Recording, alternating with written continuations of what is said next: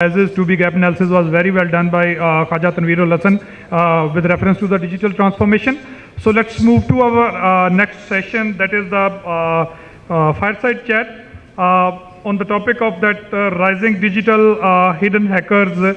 So I would like to call on stage Mr. Mehzad Sahar, Group Head Information Technology Security, Engro Group. So Mehzad has been 22-year plus experience into the digitalization. He is a keynote speaker onto the many events as well. So he's a C-level security executive and a motivational personality having a good impact onto the information technology arena. So he has been doing a lot of stuff with the global telecom operators, bank, call sector, and FMCG. So please give you a round of applause to Mr. Mehzad Sahar. Thank you.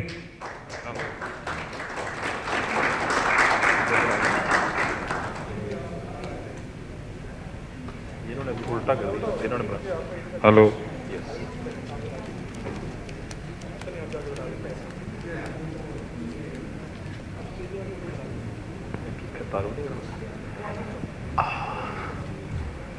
Assalamu alaikum.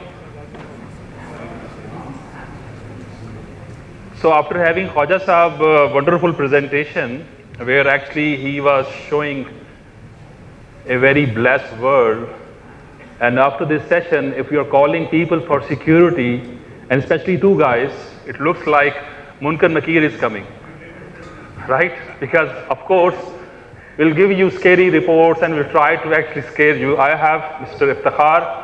Iftikhar, please introduce yourself. He is from...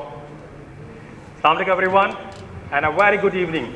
My name is Iftikhar Arif, and I am representing Muller Phipps Pakistan as General Manager Information Technology.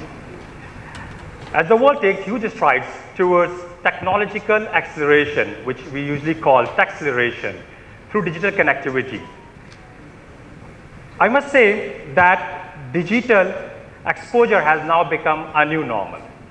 Pandemic has shifted the business shift towards digitization, but it has also helped in a cyber crimes in a much more sophisticated manner.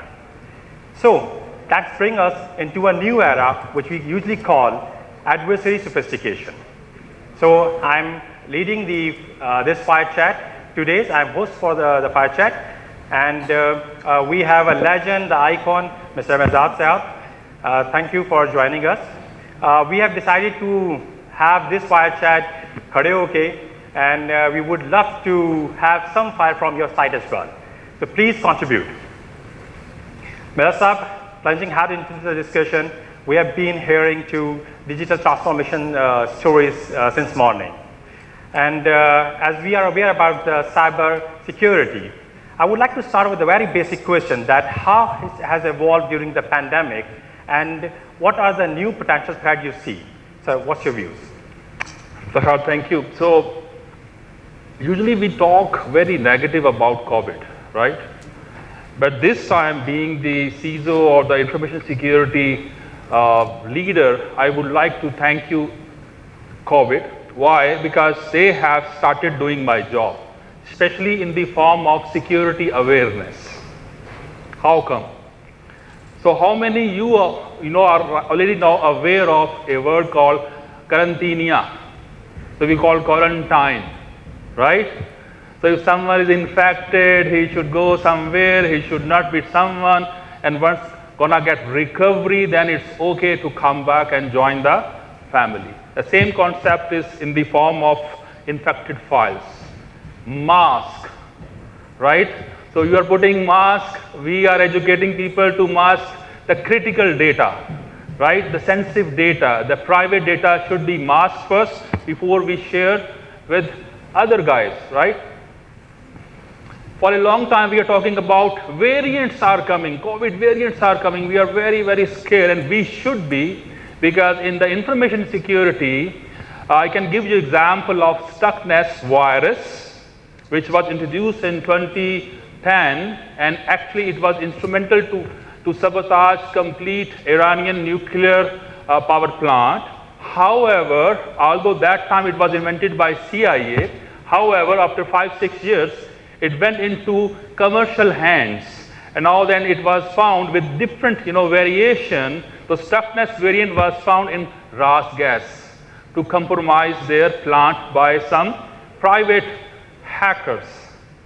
So this variant, mask, right, virus, vaccinations, all these terminology now you are aware, and now you can understand the pain of a chief information security officer, where not only one virus, you guys are actually fighting with one virus, and globally statistics are saying as of now where I'm speaking, within 1 second more than 20 viruses are being developed by these hackers.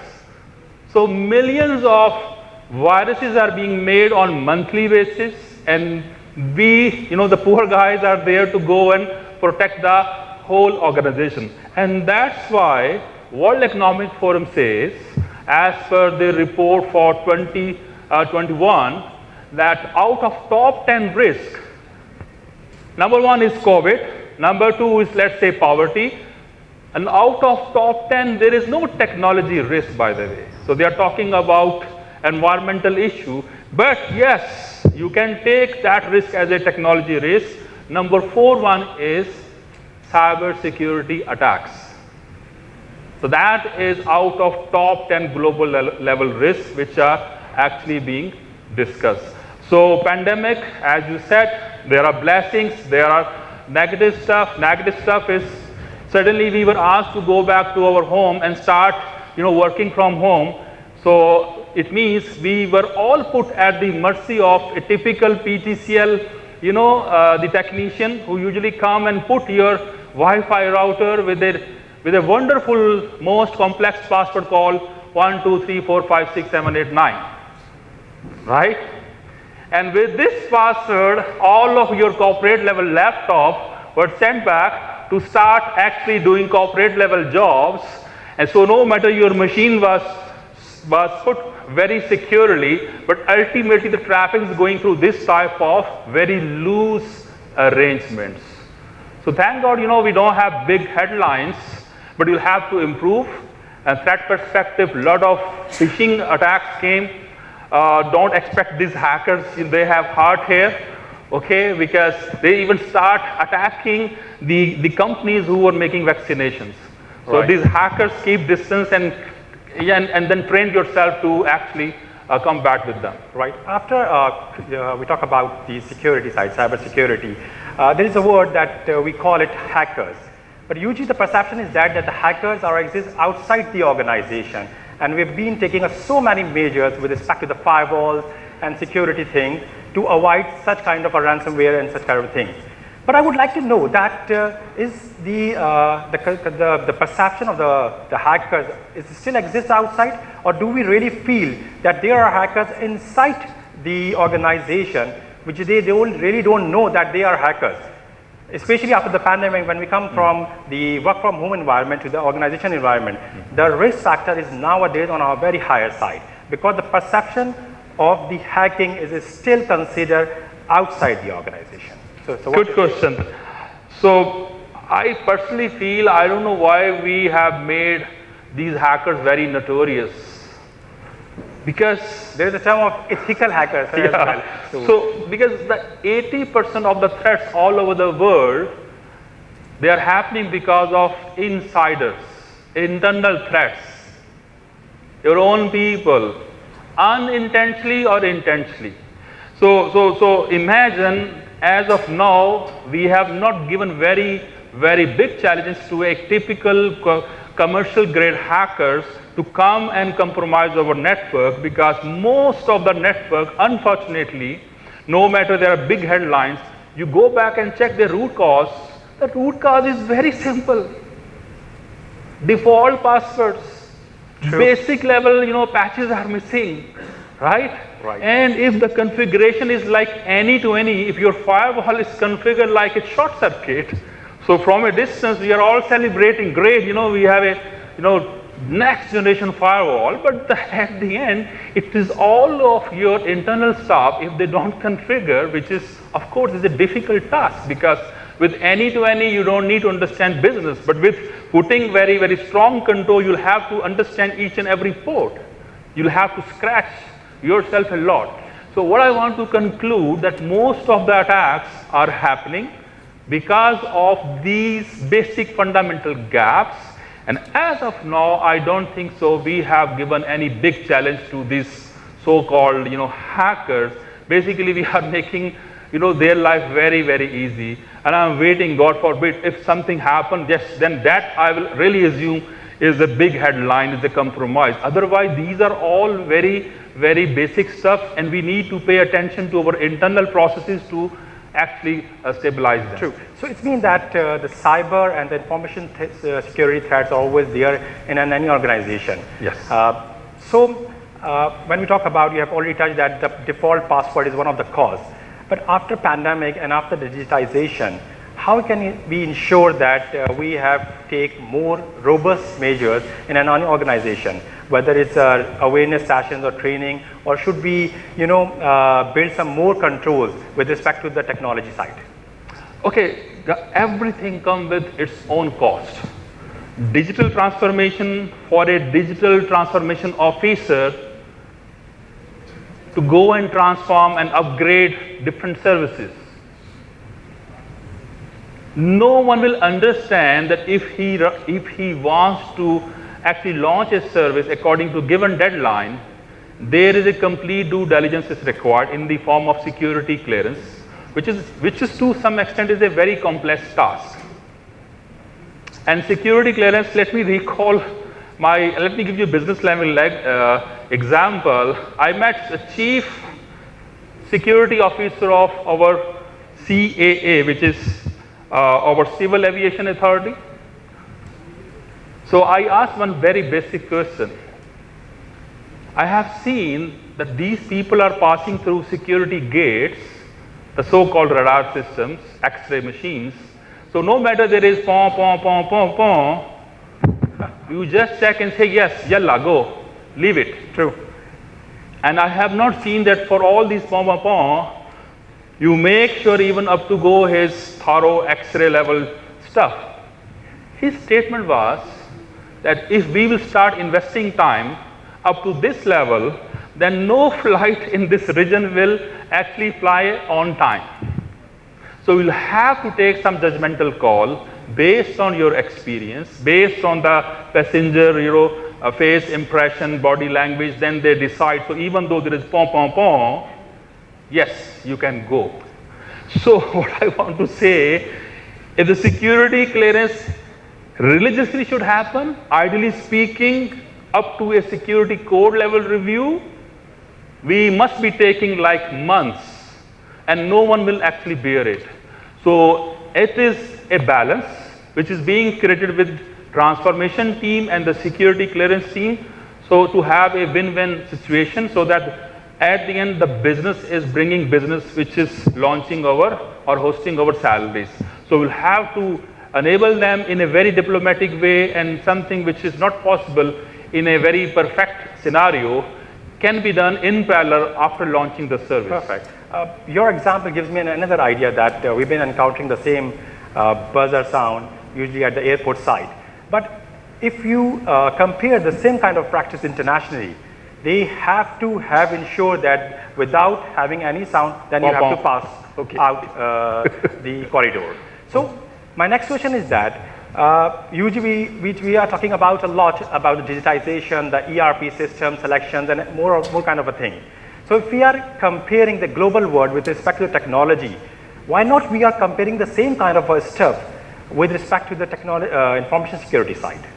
So again, let me give you one interesting example. So I used to live in Dubai for like 15 years, and my family, used to love McDonald's, or let me say these big brands. So once we came back, and next time, we went to one of these big names, and we found that we got food poisoning. And we were very upset. That how come, these big brands, and they have franchise here, and they are getting this level of quality. And finally, we concluded that big brand is working globally, they maintain this, and once they come here, don't call them XYZ, call them Pakistani XYZ. And with this, actually, you should be expecting this level of quality. Unfortunately, it should not happen, but that is the reality. Second thing is, not all size fit. In a country, and this is a very sensitive example I'm going to give, in a country where people are still waiting for the decisions of their people who were murdered for more than like 20, 25 years, and the court or big people are silent, and you and me and go in the choraha, you know, my data is breached, my privacy is breached, you can help me, is there anyone who can help me? So if you are in Europe, it is a GDPR, right? Here we don't have even fundamental level of control. So we'll be really looking, it will be a very awkward situation to ask this level of, control. So it looks fantastic from a distance, but we will have to understand the local reality. Right. This is very important. True. Being a CIO of a distribution company, I would also, encounter the same kind of a thing that the data security is also dependent upon the organizational structure as well. If you are from a banking sector, you have to be more careful, more robust about the controls. But if you are not in a banking sector, other like FMCG and other kind of things, the controls are lesser. Yes. So I would like to know that is it just because that we don't have a data dictionary in place like the bankers do have, because they have a very strict guidelines about the state bank, that what kind of a data you have to ensure on the cloud, and what kind of a data you have to store on the premises, what are the leakage chances, and so many things. But in a traditional environment, other than banking sector, we usually prefer to implement a new technology, the new ERPs. Cloud is important, the tools are very important, and we are very least bothered on the security side, because we do believe that this is the basic zimmedari of any vendor or a tool. Instead, that we have to work on a data dictionary or data control side. So we don't have any data definition. Do you really think that when we talk about the digital rising kind of a thing, and we are potentially discuss the potential threats of the hacker, we have to work on the data dictionary like the bankers are doing? Or do you really think that this is not the right time to work on such kind of a things? Interesting question. Like you mentioned the example of the Pakistani airline, that if we check all the parameters, the flight is delayed. Yes. So if we check all the parameters, might the implementation may be delayed. So what's your take on this thing? So you see, the information security is combination of three things: confidentiality, integrity, and availability. In case of a banking industry, this C or confidentiality is really matters for them. Integrity maybe not valid for them, but look at the recent example of my friend. He said the Elon Musk. Right now, you are all aware that he has put his all billion-dollar deal on hold. Why? Because he is having a big question mark against the integrity of Twitter, because it looks like most of their accounts, according to his study, they are bot accounts, they are automated accounts, they are not human accounts. So if you are assuming that this is being used by this much of population, if that is not the case, then your whole business case is spoiled, right? So C, I, and A, and in the availability, the people can disrupt your availability, your plant or your critical installation, first exploiting your confidentiality. True. How come? Taking your critical data, understanding your architecture diagram, and then attacking and then making you fully disruptive. So this CIA should be religiously followed. The challenge here is that this typical buzzword called DevSecOps, it remain in books, it remain in good, nice presentation, but it has a cost. I know personally many big software houses, great delivery, fancy application. You go and talk about information security. Do you have any internal mechanism to go and pen test yourself before you hand over stuff to us? Believe me, they don't have even one guy to do that. And actually it is mostly being done by the same developer, which itself is a conflict of interest. So basically very big investment coming in the market, but it's like you are launching a sports car, but without brake. Would you accept this? I have noticed this, again, without naming. There are big brands being launched in Pakistani industry in the name of transformation, but you go and talk about their security, they said, by the way, that comes separately. It has a separate cost. Come on, guys. It's $1 million solution you have given to me without security, so you're not only putting my reputation in trouble, also your reputation. And mostly these security controls are very, very costly. So ideally, it should be part of the default offering. As not being offered, it should be actually having a big question mark. It's like, would you travel to a plane which will give you a Pakistan to American ticket only in, let's say, in 1,000 rupees? I would love to. We all will love to. It is like a Swiss. There is something wrong, right? You should expect a reasonable, respectful, actually price with this default security values, and then should say, you know, this was already expected. Don't ask me that this will be paid separately. Absolutely right. That is all about depend upon the mindset and the awareness that what kind of information you are giving to the other person. So, keeping in view the constraint time in timing, I would like to ask one last question, and that is a very pertinent to the current situation. We all are aware about the Ukraine kind of a thing. So, any kind of a selection of ERP that server is hosted outside Pakistan. So, what are the challenges you feel or you see in future? Because one thing that we have to focus on a digitization. We have to focus on the ERP side, but the mostly ERP servers are placed in Europe and USA. So, keeping in with the current condition of geolocation conditions, do we really think to expand on such kind of a things? Do we wait, or do we plan to have something on premises? Because if we go on premises side, that digital rising is another challenge for us. So what's your take, sir? So last question, but I think it's a very dangerous question. I would like to say pom pom pom. Yeah, don't worry. Thank you. Security comes with pom pom pom. So the last answer here is that we need to do such type of risk assessment on papers. So God forbid if internet is disturbed, and all of your services are on the cloud, then how you are going to run this? And they say, we have multiple arrangement, and don't worry. But what about this new example, again without putting the company name, where because of geopolitical scenario, they have refused to offer such services immediately to a complete country without understanding or without respecting all of their promises done by their sales people, and in Britain, all they are gone, right? I think this is alarming. This is an actual pop, and where our people should also re-evaluate their risk. Not everything is qualified to be launched on cloud, and if on cloud, better to have your intranet, your own arranged cloud, or if public cloud, better to facilitate a public cloud within Pakistan, encourage companies like PTCL or whoever is offering this tier 3 level of data center. I think we should become self-sufficient, and if not, in a very bare cases, then we should think about going to other clouds which are outside Pakistan, because this is a new risk, not in books, but actually realized.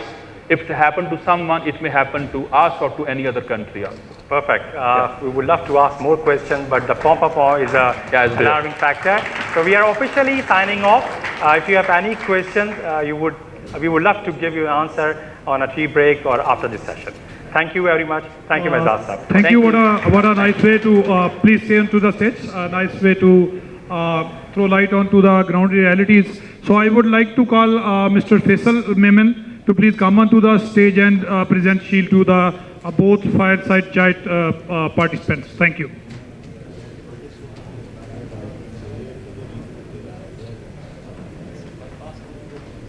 So the first goes for Iftikhar Arif.